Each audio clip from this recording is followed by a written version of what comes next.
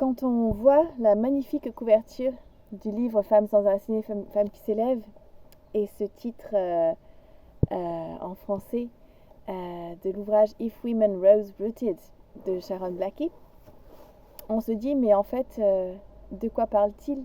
Qu'est-ce que c'est ces femmes qui sont à la fois enracinées et tendues vers le ciel, comme des arbres, dirait Rainer Rilke. Et je trouve que la postface qu'a écrit Sharon, donc elle l'a écrite pour l'édition française en 2021, et je la trouve très pertinente parce que justement on lui a posé la question, on lui a dit mais pour des femmes françaises, pour qui la tradition celte peut être lointaine, bien que ce soit notre héritage indigène aussi à nous, mais on en a moins conscience et c'est une tradition qui est moins présente chez nous. Et du coup, comment est-ce que vous expliqueriez l'impact de cet ouvrage? Comment est-ce que vous nous conseilleriez de parler de ces mythes, de ces archétypes, de ce voyage de l'héroïne auquel on va convier toutes ces lectrices? Donc moi, j'en étais absolument convaincue puisque je me battais pour que cet ouvrage paraisse en français, et parce que ça avait vraiment parlé à ma psyché profonde et j'avais vraiment trouvé des réponses à des questionnements que je me posais depuis longtemps. Mais comment le dire à la façon de Sharon? Et du coup, elle nous a écrit un magnifique texte que je vais lire maintenant. Donc voici la postface. Au moment où j'écris ces lignes, 5 ans déjà ont passé depuis la première parution de Femmes enracinées, femmes qui s'élèvent. Et pourtant, presque chaque jour m'apporte son lot de mails ou de commentaires sur les réseaux sociaux de femmes qui parlent de l'impact que ce livre a eu pour elles, des changements qu'il a entraînés dans leur vie.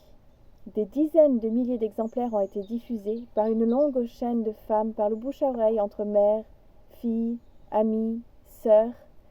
Ce qui m'a le plus étonné, c'est l'intérêt passionné de la diaspora celte d'Amérique du Nord et d'ailleurs. J'y ai perçu ce besoin profond de trouver les façons dont les histoires anciennes peuvent nous aider à transplanter les savoirs ancestraux où que nous soyons pour nous enseigner de nouvelles manières de nous enraciner. Écrire un livre qui a un tel impact a eu un résultat assez étonnant. J'ai l'impression qu'il vit sa propre vie, ce qui est, me semble-t-il, fort juste. Nos créations ont leur propre existence et leur propre cheminement. Comme nos enfants, nous pouvons nous réjouir de les voir prendre leur envol. L'écriture de Femmes enracinées, femmes qui s'élèvent n'a pas été facile. J'ai dû me plonger profondément dans ma propre expérience de vie, regarder mes erreurs en face, entrer en dialogue et assimiler en moi cet aspect de la psyché que Jung appelle l'ombre.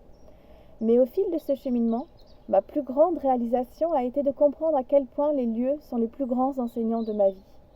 Quand j'ai écrit les dernières lignes du livre, j'étais persuadée d'être bel et bien installée pour toujours dans mon cottage au bord de la rivière dans le Donegal. Et pourtant, l'écriture de mon ouvrage suivant, La vie enchantée, s'est faite dans le Connemara où j'étais retournée vivre, pensant m'installer définitivement. Et une fois de plus, la roue a tourné et j'écris à présent dans une petite ferme des monts Cambriens du pays de Galles, un endroit que j'ai considéré comme ma deuxième maison pendant plus de 25 ans. C'est comme s'il y avait un fil qui me connecte aux endroits et quand je ressens une secousse, je sais que je peux avoir confiance dans ce qui se passe. Je sais alors que je dois apprendre quelque chose de nouveau, devenir quelqu'un de nouveau, et que l'endroit qui m'appelle me permettra de comprendre la prochaine étape du voyage. Si on regarde plus loin, le monde est en train de changer profondément. Cette année ravagée par la pandémie en est la preuve flagrante. On assiste à l'effondrement de ces vieilles histoires qui guident la civilisation occidentale depuis quelques siècles, ces histoires de progrès infini et de croissance illimitée, de la séparation des humains et de la nature et de leur domination sur le monde. Ce sont les histoires du patriarcat. Plus que toujours, je crois que les histoires dont nous avons besoin pour remplacer ces contes destructeurs jailliront dans la source de sagesse créative et régénérante qui émane du féminin. Dans cette période d'entre les histoires, dans cet âge de crise et d'incertitude, nous avons besoin de visionnaires. Nous avons besoin des histoires de la terre, de retrouver les histoires de nos traditions indigènes et la sagesse qui est encodée. Les questions qui revenaient dans les pages de Femmes enracinées, femmes qui s'élèvent sont toujours au cœur de mon travail et me poussent à continuer chaque fois plus loin. Comment trouve-t-on les histoires qui peuvent nous guider dans le futur, des histoires qui soutiennent la vie plutôt que de la détruire? Comment nos traditions et nos histoires natives peuvent-elles nous donner des indices et nous inspirer? Comment peut-on les adapter et leur donner une nouvelle vie dans ce monde qui a tant changé? et comment les utiliser pour contrer et remodeler ces systèmes toxiques sur lesquels notre culture est fondée. Comment assume-t-on la responsabilité de nos choix de vie? Comment lâcher les croyances et les motifs récurrents qui ont causé tant de tort au corps et à l'âme des humains, ainsi qu'à la planète? Quelle est l'essence du pouvoir féminin et de sa créativité? Comment évolue-t-elle et se métamorphose-t-elle au fil de la vie? Comment peut-on remettre à l'honneur la voix si longtemps bâillonnée du féminin sacré, la voix de l'anima mundi, l'âme du monde des traditions antiques? Comment éviter de reproduire encore et encore les mêmes erreurs? Comment pouvons-nous nous débarrasser de notre dépendance aux dogmes et aux doctrines? Comment retrouve-t-on ce sentiment perdu de faire partie d'un monde qui est sacré par essence? Comment nourrit-on, en nous et chez les autres, une compréhension grandissante de l'unité des choses, un respect profond pour l'interconnexion de la vie et une confiance réelle dans la puissance de l'imagination et de l'intuition? Et comment, en conséquence, peut-on activer et transformer peut-on activer et transmettre cette grande transformation de la conscience que nous devons effectuer si nous voulons construire un avenir différent pour les générations futures? Je crois que ce regard d'intérêt vers le féminin mythique nous offre un chemin vers cette nouvelle conscience, vers cette nouvelle façon d'être qui exprime profondément chez les femmes comme chez les hommes, une sagesse ancrée dans le cœur. Compassion, intelligence éclairée, élan pour protéger, nourrir, soigner, transformer. Il s'agit au fond de se vouer à la vie. Il s'agit d'être réceptive au monde imaginal, cet autre monde qui enveloppe et épouse le nôtre. Et il s'agit, aujourd'hui plus que jamais, de se mettre à l'écoute des voix des sources pour pouvoir les incarner et parler en leur nom. Sharon Blackie, Montcombrien, février 2021.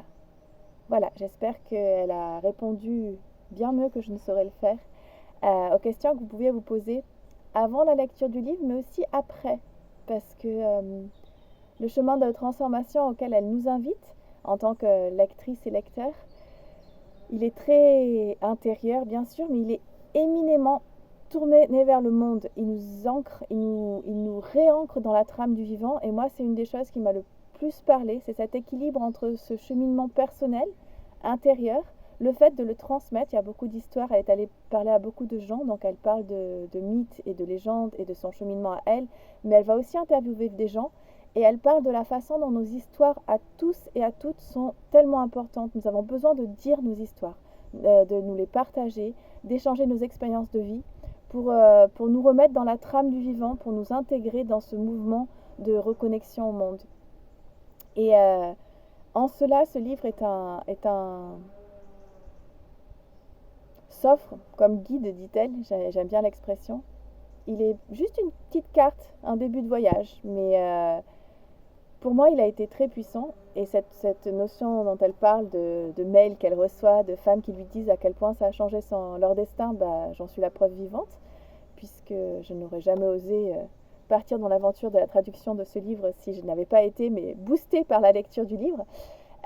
Et en dehors de ça, et en même plus grand que ça, c'est vraiment cette façon de trouver des mots pour exprimer notre volonté de devenir des ambassadrices et des ambassadeurs de ce réenchantement du monde, et de le faire en étant dans notre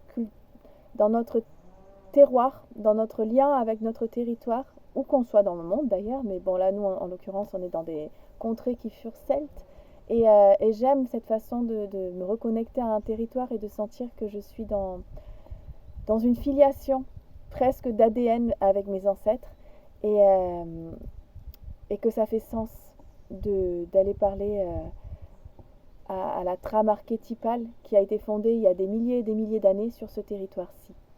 En tout cas, moi, ça fait vraiment sens pour trouver comment je vais, moi, m'adresser à ce territoire ensuite et bâtir une nouvelle relation, rentrer dans un nouveau dialogue, nourrir ce dialogue en empruntant des chemins qui sont déjà tracés quelque part, comme si on avait laissé des indices dans le paysage, dans les arbres, dans la mythologie, pour nous aider à mieux le comprendre maintenant. Voilà. Et du coup s'enraciner pour pouvoir mieux être au service du monde.